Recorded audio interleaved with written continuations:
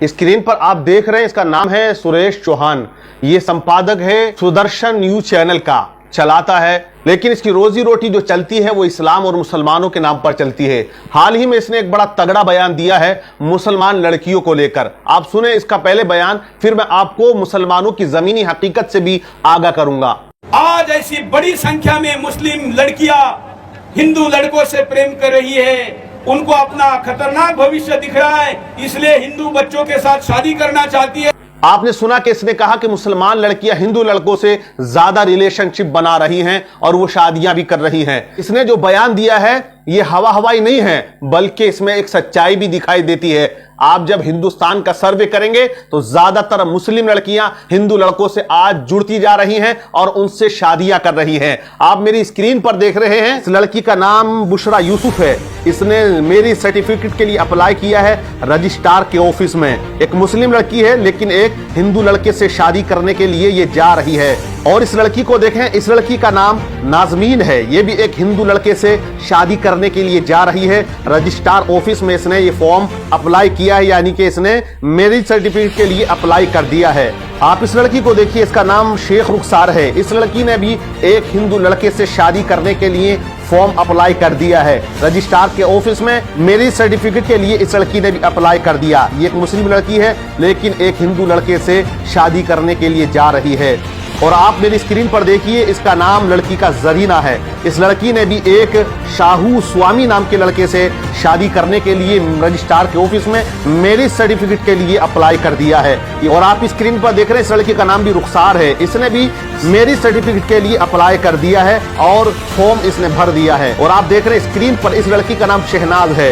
इसने वेद मंदिर आर्य समाज ब्रह्मपुरी दिल्ली में इसने शादी कर ली है एक हिंदू लड़के से। तो आपने देखा कि किस कदर लड़कियों ने गैर मुस्लिम हिंदू लड़कों से मैरिज के लिए अप्लाई कर रखा है और वो शादियां कर रही हैं, उनके साथ जा रही हैं, अपना धर्म बदल रही हैं और मजहब इस्लाम को छोड़कर वो हिंदू धर्म को अपनाती हुई नजर आ रही हैं। अब मैं ये कहूंगा, इसका कसूरवार कौन है? गलतियां किसकी है? लड़की की है या घर वालों की है या समाज की है? मैं जिम्मेदार घर वालों को ठहराता हूं। वो बाप जो अपनी लड़की को इंजीनियर, डॉक्टर, गवर्नर बनाना चाहता है, वो बनाना तो चाहता है, लेकिन उस पर कोई लगाम नहीं लगाता है। वो यही नहीं देखता कि मेरी लड़की पूरा दिन कहां जा रही है। बड़ा कॉन्फिडेंस उस पर होता है, लेकिन जिस दिन वो जाती है और सरेआम अपने बाप के खिलाफ कोर्ट में गवाही देती है, पुलिस के सामने गवाही देती है, तब ये बाप कहता मैं कभी अपनी औलाद को डॉक्टर, इंजीनियर या कोई पढ़ाई नहीं पढ़ाऊंगा। मैं शिक्षा के खिलाफ नहीं हूं, शिक्षा जरूरी है आज के इस पुरफितन दौर के अंदर, लेकिन मेरे भाई शिक्षा का एक मियार है, एक तरीका है।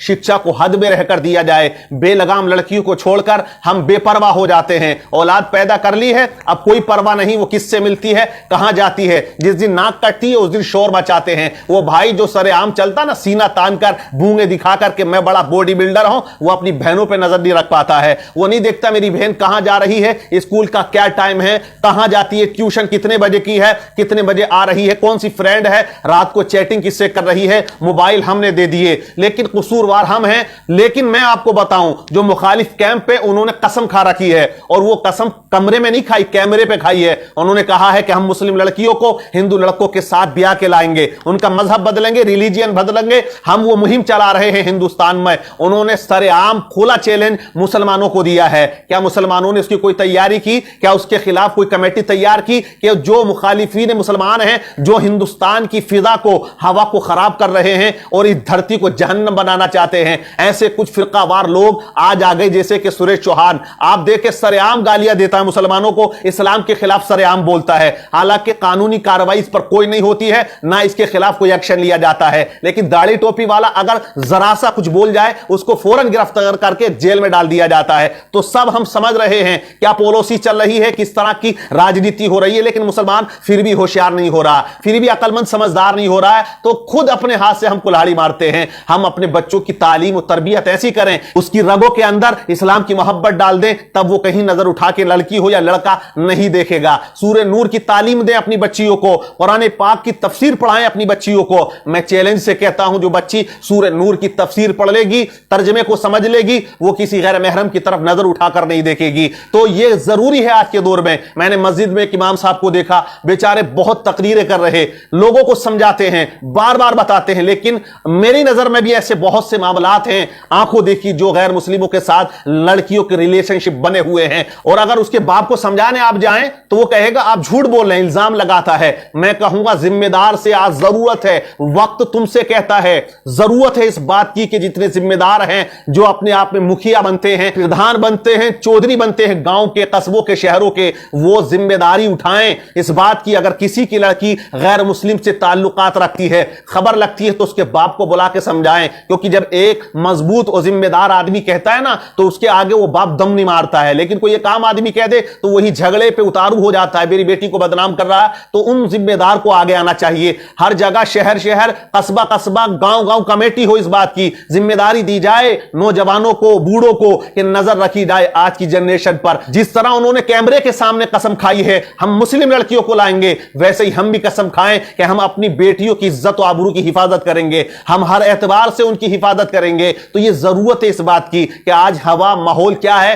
किस दिशा में नई जनरेशन, लड़कियां लड़के हमारे जा रहे हैं। तो नौजवानों को चाहिए वो भी नजरें झुका के चलें। क्योंकि हकीकत, किसी ने कहा, जिस घर के परिवार की लड़कियां सरों को उठा के चलती हैं, उन घरों के अफराद, मर्द हजरात नजरें झुका के चलते हैं। और जिन घरों की लड़कियां नजरें झुका के चलती हैं, उस घर के अफराद नजरों को उठा के और सीना चौड़ा करके चला करते हैं। तो मैं कहूंगा, ये पैगाम देना चाहता हूं, हर एक मुसलमान तक ये पैगाम जाना चाहिए। क्योंकि जरूरत है, अगर तालीम तुम दे रहे हो, चाहे वो कोई भी महकमे में आप अपने बच्चे को भेजना चाहते हो, तो जरूरत है उस पर लगाम लगाने की। क्योंकि पेट्रोल और आग का एक ऐसा मामला है, अगर इनको बेकाबू कर दिया जाए तो ये पूरी दुनिया को जला के राख कर देते हैं। हकीकत भी यही है। इसी तरह जो नफ्स का मामला है वो बड़ा खतरनाक और डेंजर होता है। इसी तरह अगर लड़की को बिल्कुल बेलगाम कर दिया जाए, किसी तरह की पाबंदी उस पर ना भाई लगाए ना बाप, वाकई उसका कदम बहकेगा लहकेगा। तो जरूरत इस बात की है कि ज्यादा मोबाइल हम लड़कियों को ना दें। और दूसरी चीज यही है,